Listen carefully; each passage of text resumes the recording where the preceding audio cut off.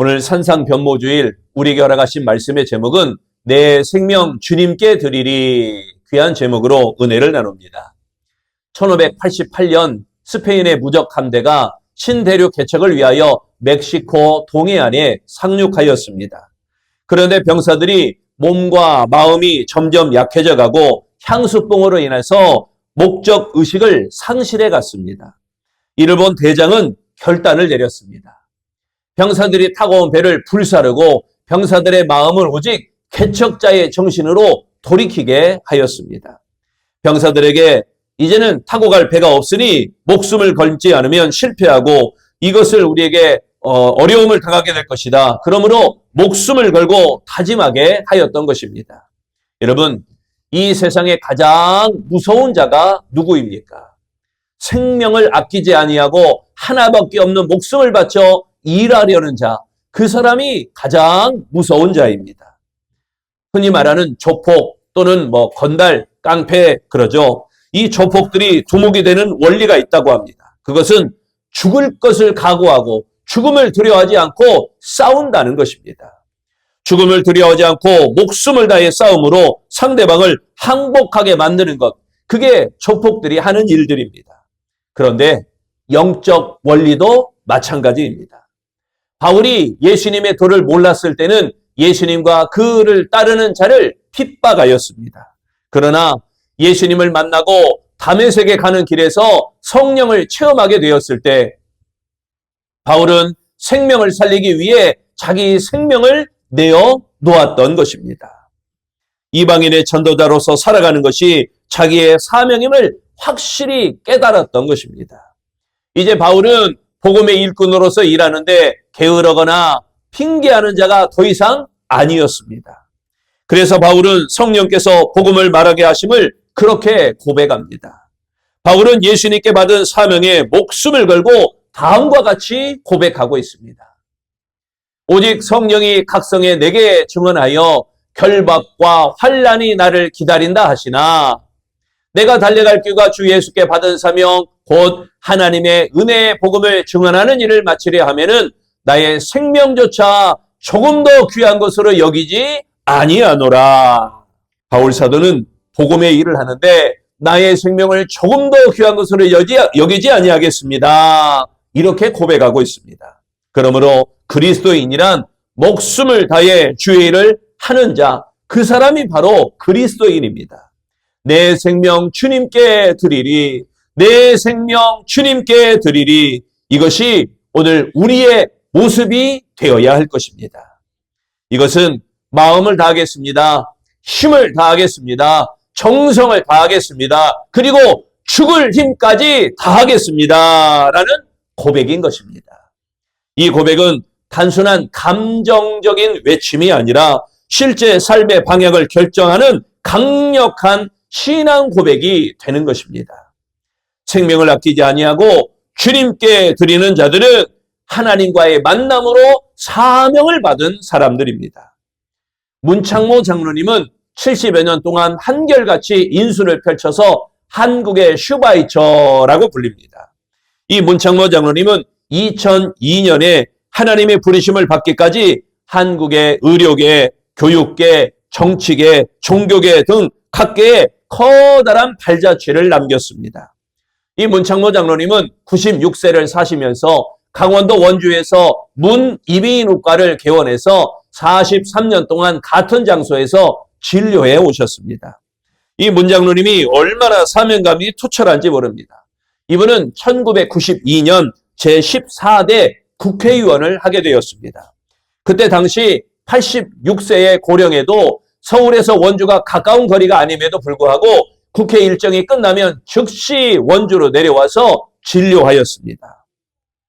그가 돌아가시기 전 얼마 전까지인 96세까지 진료를 계속하였는데 시골에서 찾아오는 환자들을 위하여 또 일하느라고 낮에 시간 내기가 힘든 그런 환자들을 위하여 매일같이 아침 6시 30분이면 어김없이 진료를 시작했습니다. 그래서 어느 기자가 이렇게 물었답니다. 장로님, 은퇴하실 때가 훨씬 지났는데 진료를 계속하고 계십니까? 이제는 좀 내려놓고 쉬어도 되지 않겠습니까? 그러니까 문창모 장로님이 이렇게 좀 대답했습니다. 하나님이 나에게 의사의 사명을 주셨기 때문에 눈 감는 순간까지 진료를 멈추지 않기로 약속했기 때문에 이 일을 멈출 수 없습니다. 의사가 된 것이 하나님의 사명이고 그 사명 감당하려고 그 연세에도 불구하고 진료를 꾸준히 행해야 했다는 것입니다. 여러분, 사명이 있는 사람은 끝까지 최선을 다합니다. 사명이 있는 사람은 환경과 조건을 살피지 않습니다. 우리들도 주님으로부터 받은 사명을 감당하며 최선을 다해야 됩니다. 오늘 우리 아름다운 성도들은 바울의 고백과 같은 마음가짐으로 헌신하고 충성할 때 하나님의 몸된 교회가, 우리 아름다운 교회가 성장하게 될 줄로 믿습니다. 내가 달려갈 길과 주 예수께 받은 사명, 곧 하나님의 은혜의 복음을 증언하는 일을 마치려 하면은 나의 생명조차 조금 더 귀한 것으로 여기지 아니하노라. 바울은 본래 예수 믿는 사람들을 감옥에 가두고 그들을 핍박하는 일에 앞장섰습니다. 그런데 결국 다메섹으로 가는 길, 지금으로 말하면 다마스커스라고 하는 곳이죠. 레바논 다마스커스, 그곳으로 가는 길에서 주님을 만나게 됩니다. 이 주님과의 만남이 핍박자로 열심을 내던 사울을 이방인 전도자 바울로 변화시키고 사명을 주셨습니다. 바울은 주님과의 만남으로 인하여 복음의 사명을 확신하였습니다. 고린도후서 5장 13절과 14절에 말씀합니다. 우리가 만일 미쳤어도 하나님을 위한 것이요 정신이 온전하여도 너희를 위한 것이니 그리스도의 사랑이 우리를 강권하시는도다. 사명은 남들이 미쳤다고 할지라도 사람을 한 가지 목표에 몰입하게 만드는 게 바로 사명입니다. 그래서 사명 없는 사람은 사명자들을 조롱하고 사명자들을 핍박합니다. 사명을 받은 사람들은 목숨을 다해 그 일을 감당합니다. 여러분들도 하나님과의 만남으로 주를 위하여 생명을 드림으로 사명을 받는 아름다운 성도가 되시기를 바랍니다. 두 번째, 생명을 아끼지 아니하고 주님께 드리는 자들은 예수님과의 만남으로 변화를 받은 사람들입니다. 한국의 최초 기독교 소설가 김성일 장로님은 40세에 하나님의 품으로 다시 돌아왔습니다. 그는 원래 모태 신앙으로 외가댁에서 3대에 걸쳐 예수 믿은 집안의 그런 사람이었습니다. 그러나 대학교 2학년 때 소설가가 되고 나서 교만해진 것입니다. 신앙이란 현 시대에는 맞지 않는 옷이다, 이렇게 생각한 것입니다. 그런데 그의 큰딸이 편도 수술이 잘못되어 위험한 상황에 처하게 되고 자신은 불의의 교통사고를 당하게 되고 아내에게 밀어닥친 위암이라는 병 앞에서 두 손을 들고 하나님께 나왔습니다. 그리고 이렇게 고백합니다. 아내는 위암으로 항암 치료를 받으며 무척 괴로워했습니다.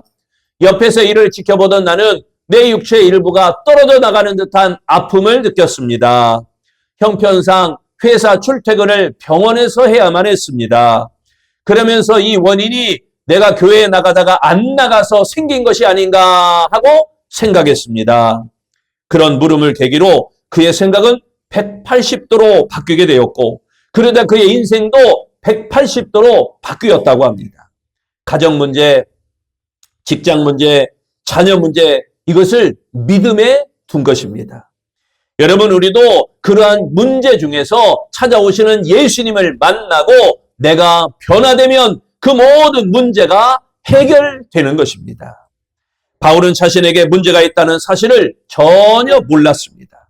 그러니 믿는 사람만 잡아 죽이면 세상이 바뀔 것이다, 딴 생각을 한 것입니다. 그러나 그렇지 않았습니다. 내가 변해야 세상도 변하고 내가 변해야 자녀도 변하고 내가 변해야 가정도 변하고 내가 변해야 직장도 변합니다. 문제 가운데 찾아오시는 예수님, 예수님을 만나 변화되어야만 새로운 인생이 펼쳐지게 되어진다는 것입니다. 바울은 예수님을 만난 후 나는 날마다 죽노라 철저하게 자신을 쳐서 복종시켰습니다. 바울의 인생 전부를 바칠 때 모든 것을 할 수 있다는 믿음을 갖게 되었고, 믿는 자에게는 능치 못할 것이 없다는 그 믿음을 갖게 되었던 것입니다. 그리고 바울은 담대하게 믿음의 사도가 되어졌습니다. 하나님께 우리의 삶을 온전히 바칠 때 우리는 믿음의 사람이 되는 것입니다. 하나님 우리 아버지는 우리 자신이 계획하고 있는 것보다 우리가 더 행복하게 되기를 바라고 계십니다. 하나님의 뜻에 완전히 굴복한 사람은 불평이나 불행이 없습니다. 오히려 자기의 뜻을 하나님께 완전히 굴복하지 않았기 때문에 낙담하기도 하고 비관하기도 하며 좌절과 불행 속에 사는 그런 자들의 모습을 더 많이 볼 수가 있습니다. 그러므로 인생의 담에색에서 반드시 주님을 만나시기를 바랍니다. 그러면 바울처럼 우리의 생각밖에 넘치는 축복을 받게 되어질 것입니다. 그렇게 예수님과의 만남으로 주를 위하여 생명을 드림으로 변화를 받는 아름다운 성도가 되시기를 바랍니다. 세 번째, 생명을 아끼지 아니하고 주님께 드리는 자들은 성령과의 만남으로 능력을 얻은 사람들입니다. 여러분 잘 아시는 요한 웨슬리 목사님, 이 요한 웨슬리 목사님께서 어느 날 주님을 생각하며 깊이 기도드리다가 환상 중에 천국문에 들어서게 되었습니다. 그때 천국문을 지키고 있던 베드로 사도가 이 요한 웨슬리 목사님을 맞이하게 되었습니다. 요한 웨슬리 목사님은 천국문 입구에서 베드로에게 중요한 질문을 했습니다. 왜냐하면 그가 성결을 위하여 전심전력했습니다. 거룩해져야 된다, 성별되어야 된다, 성화되어야 된다, 성결을 강조했습니다. 자기가 전도하고 있도록 또 자기가 자기와 같이 그런 사역하는 사람들에게 가운데서 이미 죽은 자들이 많았기 때문에 그들은 어떻게 되었을까? 나와 같이 성결을 주장하고 나와 같이 성결을 이야기하고 나와 같이 성결을 전파하던 자들은 어떻게 되었을까? 그분들이 어떻게 되었을까 궁금해서 물었습니다. 나와 함께 영광스러운 성결 운동을 하던 친구들이 천국에 얼마나 들어왔는지 무척 궁금합니다. 그러자 베드로가 어떤 장부를 열심히 뒤적거리고 나서 하는 말이 없다라는 것입니다. 요한 웨슬리는 깜짝 놀랐습니다. 자기 일생토록 성결을 강조하고 그렇게 같이 했던 동역자들이 없다라는 거예요. 아, 그렇다면 나의 신앙은 잘못된 모양이군요. 그렇다면 한 가지 더 묻겠습니다. 영광스러운 칼빈 교리를 강조하는 장로교 교인은 몇 사람이나 들어왔습니까? 그러자 또 베드로는 한참 동안을 살펴봅니다. 이리 뒤적 저리 뒤져갑니다. 그리고는 없다라는 것입니다. 그때 요한 웨슬리는 더 놀라서 겸손히 생각했습니다. 그렇다면 아무래도 우리 종교개혁 운동은 대단히 실수를 범하고 있는 것 같군요. 한 가지만 더 물읍시다. 그러면 가톨릭 교인은 얼마나 들어왔습니까? 베드로는 또 한참을 이리 뒤적 저리 뒤적 장부를 한참을 뒤적거리더니 없다라고 대답을 합니다. 그때 요한 웨슬리는 더욱 깜짝 놀라며 물었습니다. 아, 그러면 도대체 누가 이 천국에 들어오는 것입니까? 베드로는 빙그레 웃으면서 요한 웨슬리를 향하여 이렇게 말합니다. 예수 그리스도를 참으로 나의 구주로 영접한 사람이 들어오는 것입니다. 그리고 성령이 충만한 그리스도인들이 들어오는 곳입니다. 다시 말해서 성결교인이나 장로교인이나 캐톨릭 교인이냐 이것이 문제가 아닙니다. 누구든지 예수 믿고 성령으로 충만하면 이 천국에 들어오는 것입니다. 그러자 요한 웨슬리가 깊이 깨달았다고 합니다. 바울은 이방인을 위한 복음 전도자로 세워진 이후에 오직 교회를 염려하는 것이 그의 다름질하는 삶이었습니다. 바울은 핍박이나 환난받는 것을 두려워한 적이 없었습니다. 바울에게는 복음을 위해서 그리고 교회를 위해서 그렇게 어려움 당하는 것이 조금도 문제가 되지 않았습니다. 왜냐하면 바울은 성령의 사람이었기 때문입니다. 성령께서 크신 능력을 베풀어 사역을 잘 감당하도록 만들어 줍니다. 강하게 만들어 줍니다. 담대하게 만들어 줍니다. 세상과 사람의 눈치를 보지 않게 하고 하나님을 기쁘시게 하는 일을 행하도록 능력을 더해 주는 것입니다. 바울은 성령과의 만남이 있었기에 자신의 생명을 아낌없이 드리는 일꾼이 되었다고 고백하고 있습니다. 여러분, 우리 아름다운 성도들도 이 성령과의 만남으로 주를 위하여 생명을 드림으로 능력을 받는 아름다운 성도가 되시기를 바랍니다. 사랑하는 성도 여러분, 오늘 우리가 생명을 다하여 일하지 못하고 생명을 다하여 사명을 감당하지 못하면 우리의 하나님의 기쁨이 되지 못할 것입니다. 하나님 앞에서 기뻐하지 못하는 것은 성령의 능력을 받지 못했기 때문입니다. 이제는 하나님의 일을 위하여 성령 충만함으로 믿음으로 나아가야 할 줄로 믿습니다. 작은 헌신이라도 하겠다고 뜻을 정하시기를 바랍니다. 성도라는 이름에 부끄럽지 않은 하나님의 일꾼이 되시기를 바랍니다. 예배의 일꾼이요, 기도의 일꾼이요, 전도의 일꾼이 되시기를 바랍니다. 착하고 충성된 종이라 칭찬받는 자가 되시기를 바랍니다. 그리고 죽음에 이를지라도 내 생명 주님께 드리리, 내 생명 주님께 드리리 고백하면서 믿음으로 나아가시기를 축원합니다. 내 생명 주님께 드리리. 여러분, 하나님을 만남으로 사명을 받은 사람 되시기를 축원합니다. 예수님을 만남으로 변화를 받는 사람들 되시기를 축원합니다. 성령님을 만남으로 능력을 얻는 사람들이 되시기를 축원합니다. 기도하겠습니다. 주님, 내 생명 온전히 주님께 드리기를 원합니다.